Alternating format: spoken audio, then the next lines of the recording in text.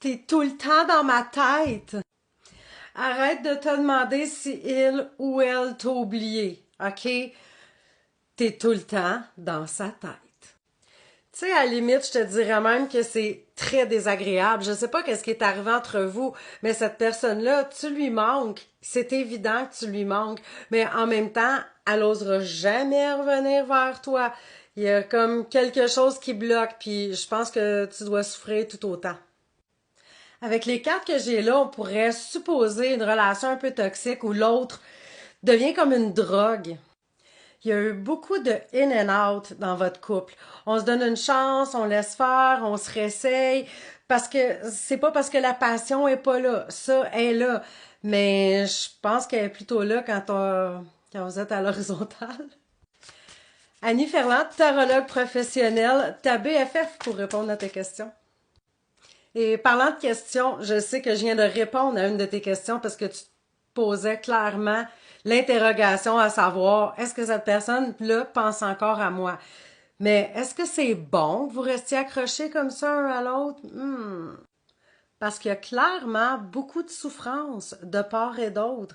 Je sais pas si ça peut se régler en revenant ensemble. Je le crois pas parce qu'on voyait quand même beaucoup d'éléments. Puis je sais que c'est compliqué ces relations-là, ça arrache le cœur. En même temps, my love, faut que tu penses à ton bonheur parce que on a vu que dans le passé, ça n'a pas été glorieux.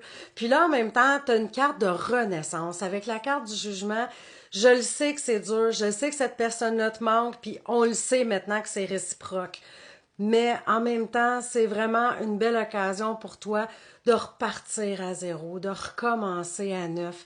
Puis dis-toi que ça va te laisser peut-être des beaux souvenirs, tu sais, t'as pas vécu ça pour rien non plus, t'as appris des choses dans cette relation-là. Je sais, quand quelqu'un nous manque puis on est en grosse souffrance, c'est très difficile d'entendre ce discours-là puis de se dire, ben, tu sais, je vais arriver encore à être heureuse avec quelqu'un d'autre.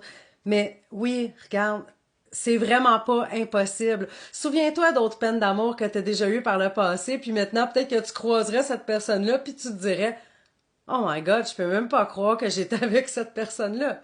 Tu le sais. Garde courage, puis écoute, t'as à pleurer, pleure.